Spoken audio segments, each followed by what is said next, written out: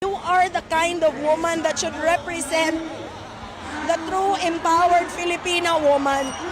So ma'am, naa namang gyud ka diri ma'am.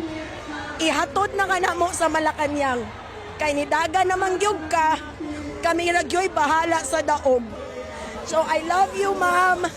How can I support a president kung alam kong mas matalino ako? Tanawa sa dyan magno og unsan siya ka grabe ka baga ni Agnaw, no? Iya pang gihilak-hilakan si Inday Sara kay lagi gusto niya nga mutakbo gid si kuan si Inday Sara sa pagka ano ba yun, pagka BP. Gi-endorse na siya dati.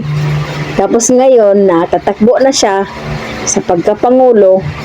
Yan naman, ayaw naman niya.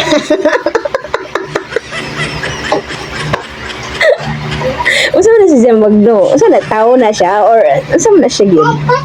Kay one jud niya kasabot bitaw kay ano, daga na siya pag-endorse. Dati si Tatay Digong, silang kuan mga Pinklawan, mga Dilawan yan ini-endorse niya. Tapos ngayon naman ay kuan si Sara na gusto niyang tumakbo. Tapos ngayon na gusto na tatakbo na si BP Sara sa pagka-pangulo. Sasabihin ng niyang mas matalino siya, mas ano pa siya. Mas matalino siya, tapos alam mo yun, kinukumpara niya yung sarili niya kay BP Sara. Ano siya? What the heck? Oh, diba? So ngayon, basta Sara lang gid ka guys.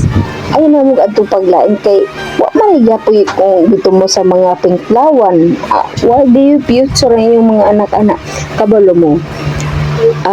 Iboto na ako si BP Sara hindi para sa akin kundi para sa aking mga anak, sa future nila. Kasi kung mag-ano sila, kung mag-ano tayo, no? Kung iba na ang paupuin natin sa ating bansa, lubog tayo, no? Lubog tayo sa kahirapan, sa korupsyon, lalo na sa mga ano ngayon, lalo na ngayon, di ba, na lubog tayo sa flood control, sa korupsyon. Ano talaga? No, gumising ka.